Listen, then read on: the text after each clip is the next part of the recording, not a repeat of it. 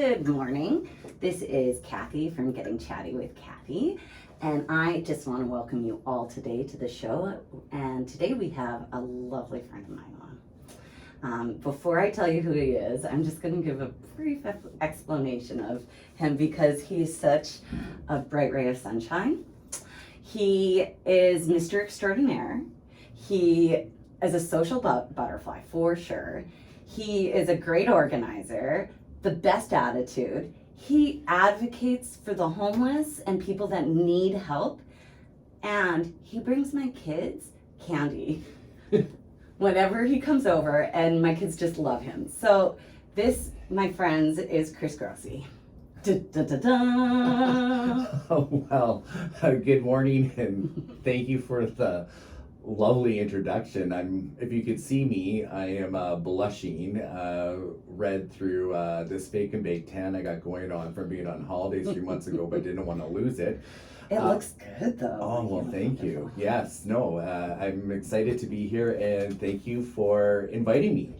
Well, the point of this whole getting chatty with Kathy is to kind of shine a lens on fun things in the city, things that people can do, go do, experiences.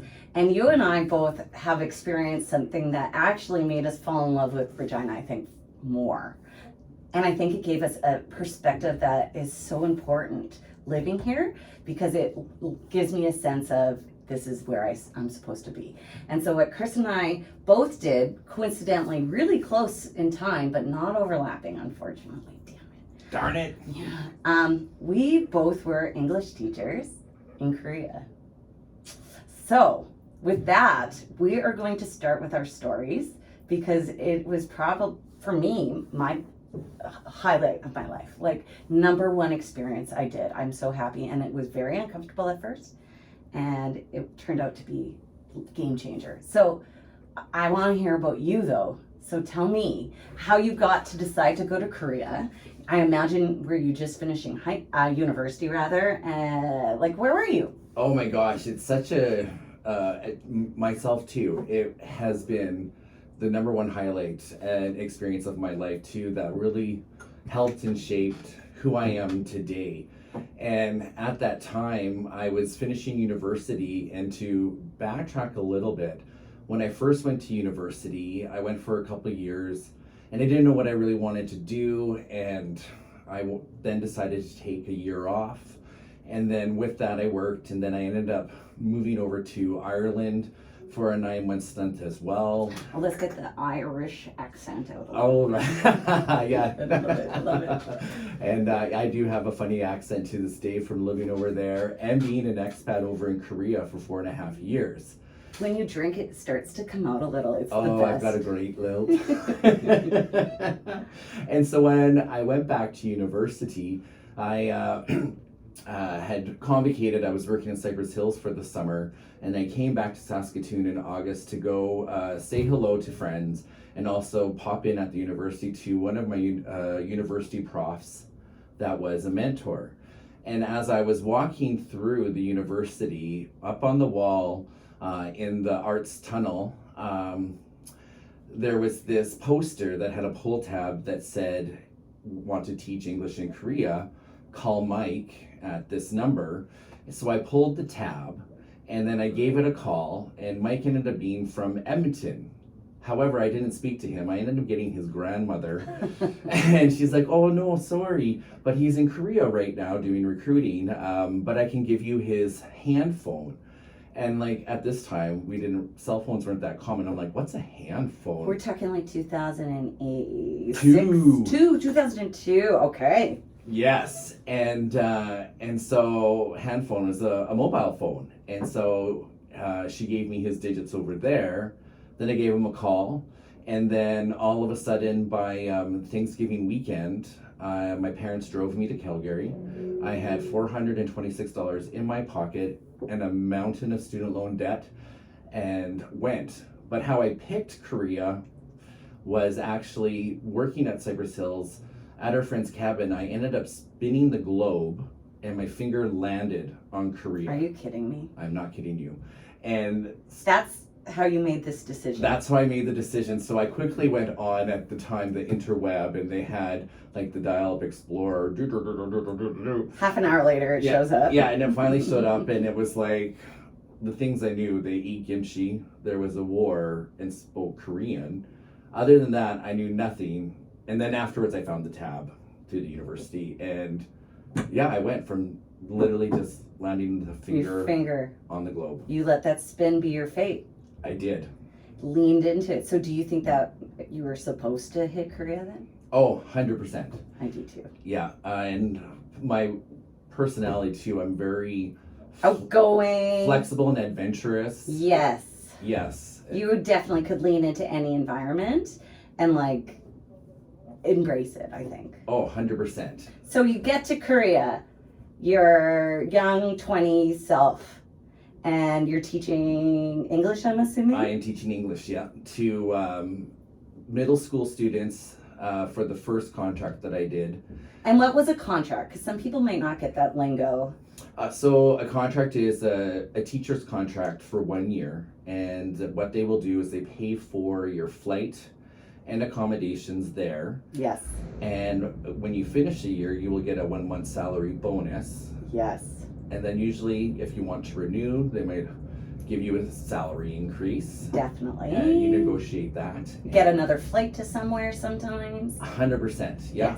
Yes, and these accommodations aren't like shabby shacks by any means. It's like a nice apartment I'm imagining most people were looking for places in Seoul or around that area. Yeah, because when I first went, I actually worked in a satellite city called Grosy, which was 15 minutes west of the city. Was it attached by subway though? So not yet. The subway hadn't gone there yet. So that's a big deal. If you're not attached to the subway, you're like taking a taxi everywhere. A taxi, or there was the 9-5, bus? 4, and 3 bus. There you that go. would get you into Seoul, and then there you could take the subway around. And So this is your first contract. You're in a satellite city and you're teaching middle-aged kids. So to catch you up on where I would have been at this same adventure is I had a similar guy like Mike that I called. Yeah. And the reason why I decided on Seoul or Korea in general was I knew that China wouldn't pay as much.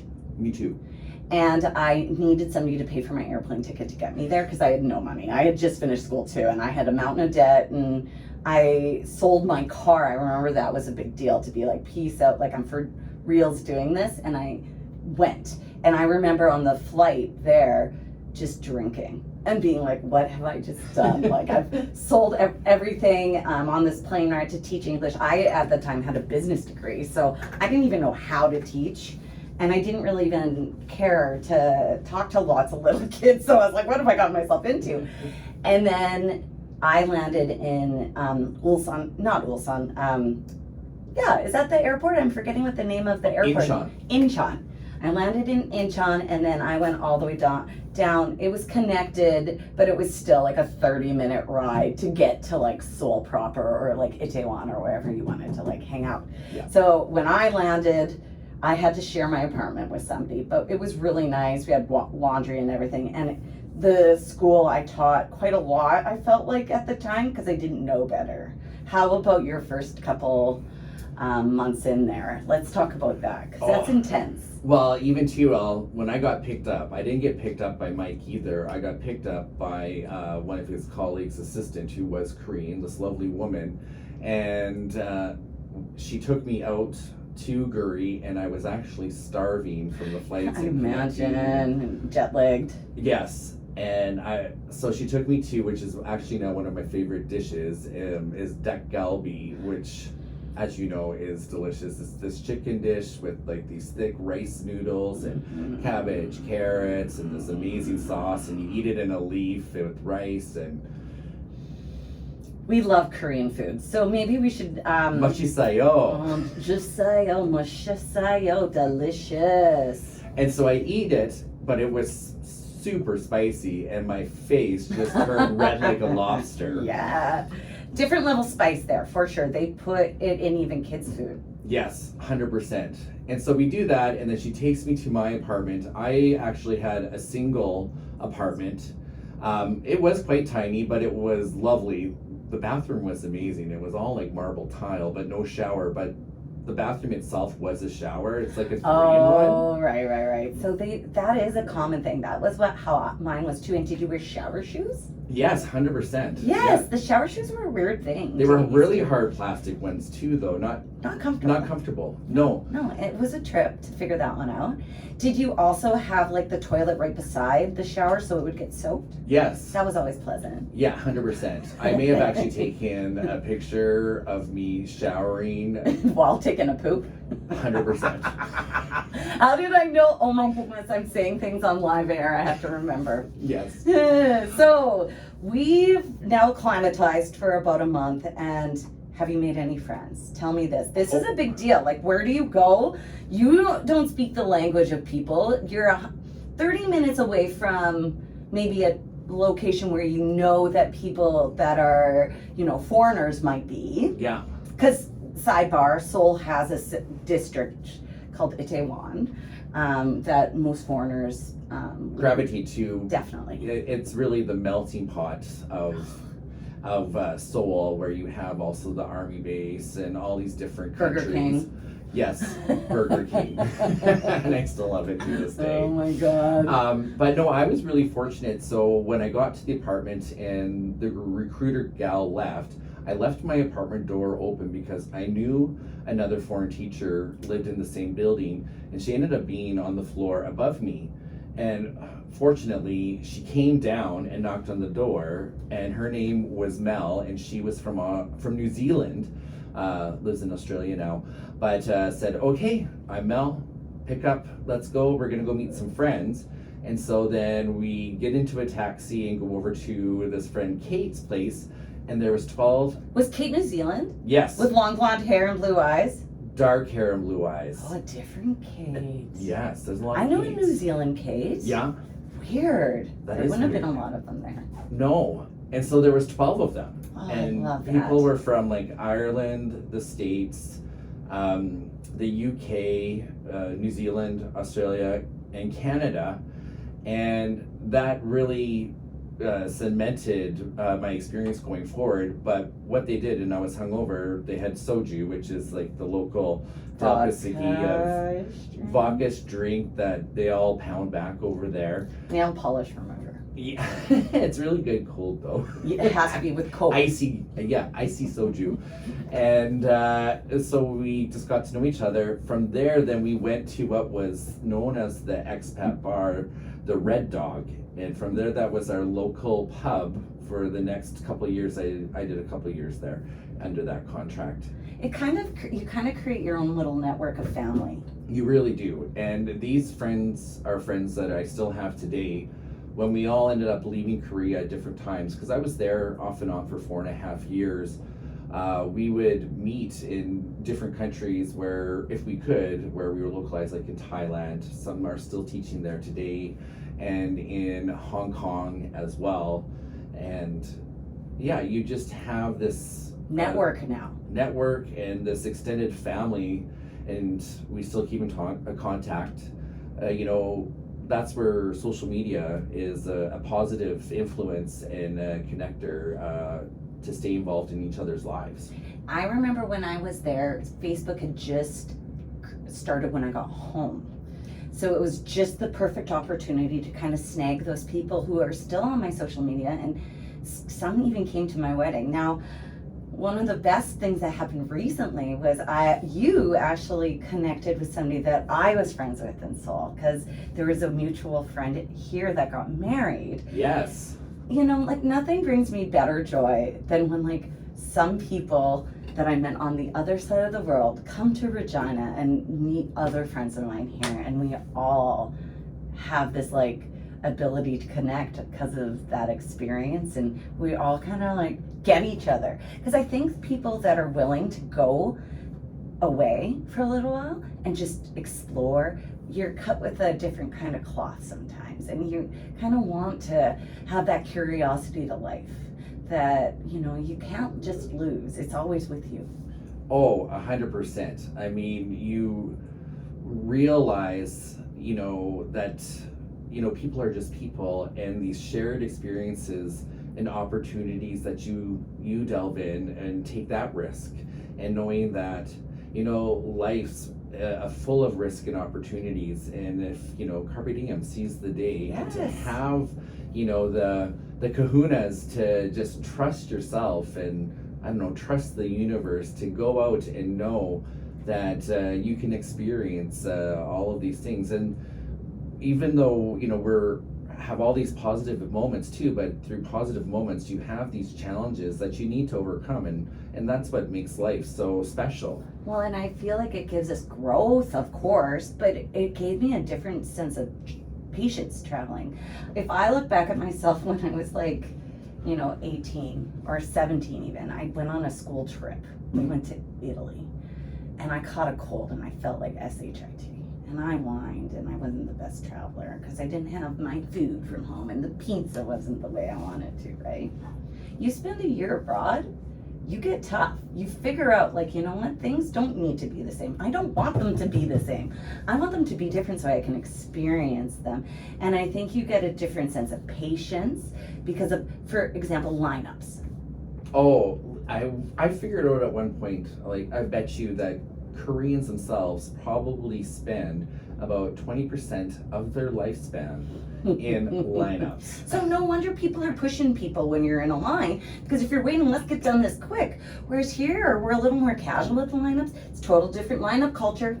But when you go and you do these things and then you come back here, that crew of people that you met are still there. You have these shared experiences, but you're changed. Oh, yeah. I too, when I was younger in my teens, I probably didn't have the patience that I have today. And patience is definitely learned. And I think it's such a great gift to have. And I noticed that even in my interactions with my friends, with my family, at work that I do, that this skill that I've learned, really connects people and raises people up too, and brings out their skills as well, as we collaborate on different projects or different assignments that we need to do. And yeah, this really all stemmed from leading into a crazy idea to go to Seoul from a swirl of a globe. Yeah. So like, what are we gonna do next? Like, what's next for? So then we get to teaching, and so the first couple days, I just got to observe.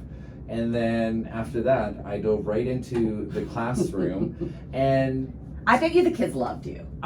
They did. I love it. Actually, it was fun too. At one point, like, I could to engage them because they don't really have English. So you're using hand gestures or pointing, and I could actually take my tongue and like touch my nostrils, and they're like, "Ooh, Chris teacher!" Very good skill, Chris teacher. Yeah, so I also too for many years was a camp counselor at Camp Shagabek in Cypress Hills. My twin sister and her husband operate that. I want a podcast about that story in its own right someday, because that sounds like camp counselors have.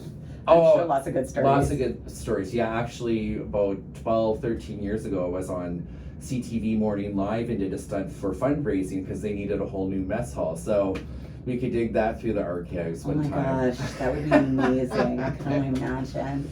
And then we started teaching, and you don't need a teacher's degree there, but you do need to have some formal education.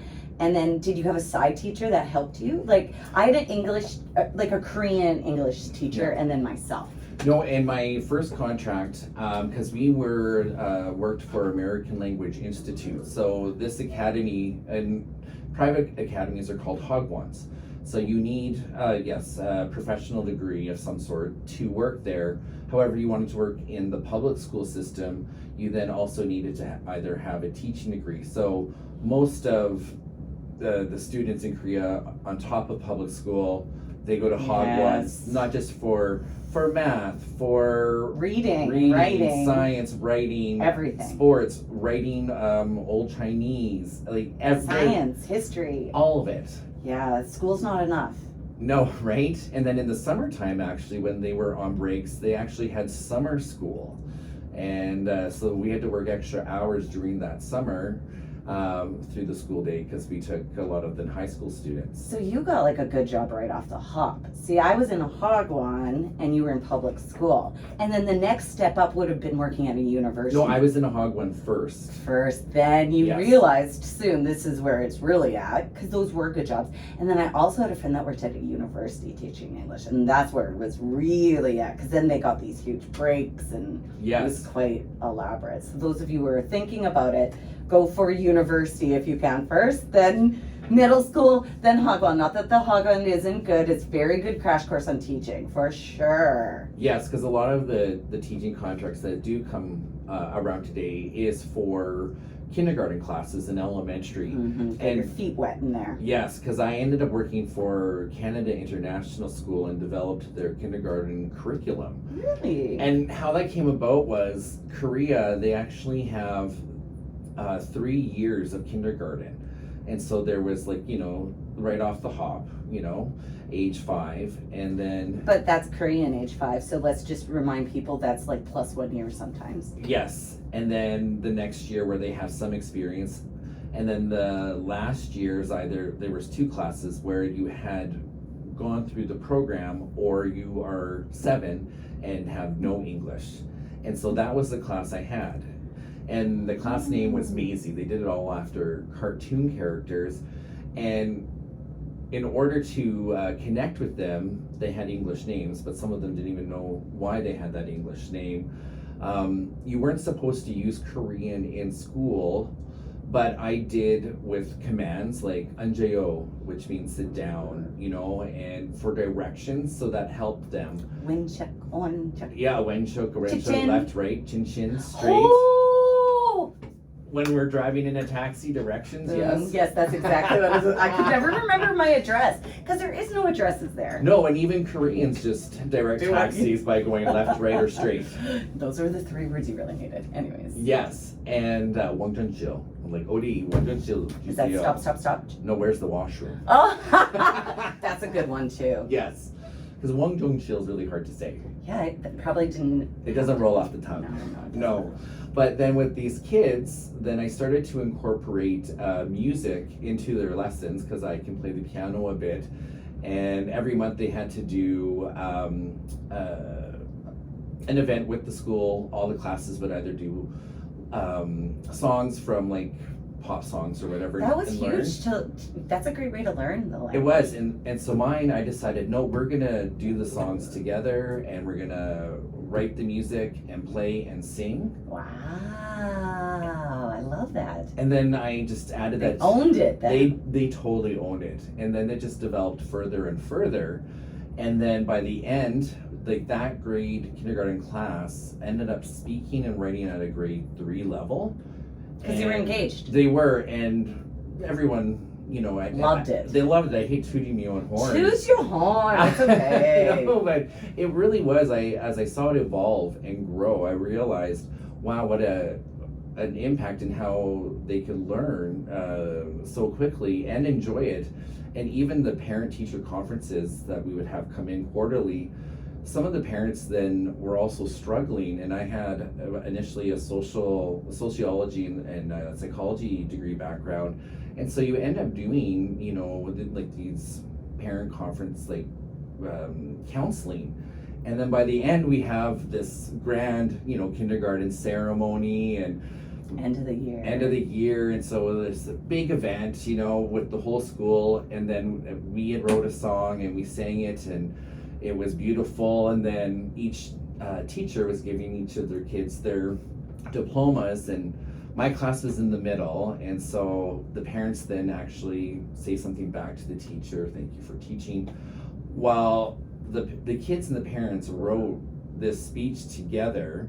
And I'm almost gonna well up. It's still it was overwhelming to say thank you so much, Chris teacher, for caring, and what you've taught us will, be forever grateful. I bet you impacted all of those people so much. Oh, and they impacted me. I mean, they really enriched my life, and it's what I carry today.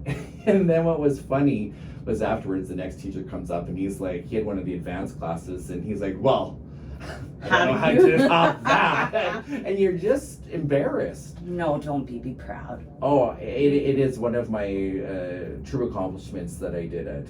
So, looking back now, it's been a few years since we've been there.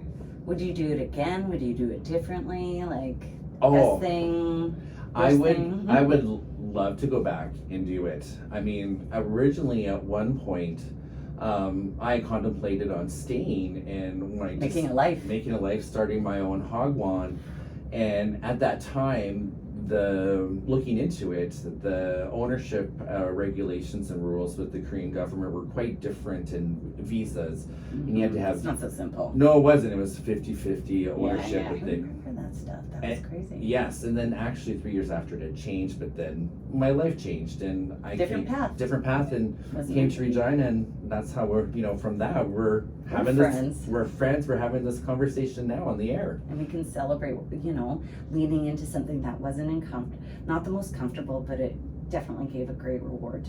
And I myself, I'm very proud that I went as well. I was not as good of a teacher as you, but I did become a teacher that learned that bribery was a really good source to get the kids to pay attention. So I always brought in stickers and candies and stuff. And I taught a lot of music. And back in the day, I would pull out like oldies and make them. We would sing those. And now whenever I hear those songs that I learned with them, it just fills my heart. I'm like, oh my goodness, this reminds me of back in the day when I was teaching these kids. It was cool. So on that note, I just want everybody here to lean into uncomfortable a little bit today. Why not, right? Let's embrace it and see where it will lead us. My year of leaning into yes has brought me to this radio station. It's brought me to, really focusing on my home business and my health and happiness and bringing joy to the world. So, lean into it, hey? Oh, lean into it. Even myself too, where I actually have, just changed jobs, career paths, if you will. I'd worked with housing and government for 10, 11 years, and now switching to another role in government with the Saskatchewan Public Safety Agency, and leaning into uncomfortableness. We're learning. Yeah, and everyone has just been so great in both locations, but I realized that a great change to learn more, bring more, and help, and lots of work. But you want to keep learning. Life is a learning process, and I find those moments when you're bored or whatever, that's when you need to do it, because there's so much out there that we can learn and do. Yeah. Anyways, on that note, thank you so much, Chris, for coming today, and you all have a wonderful day too. Bye now. Bye now.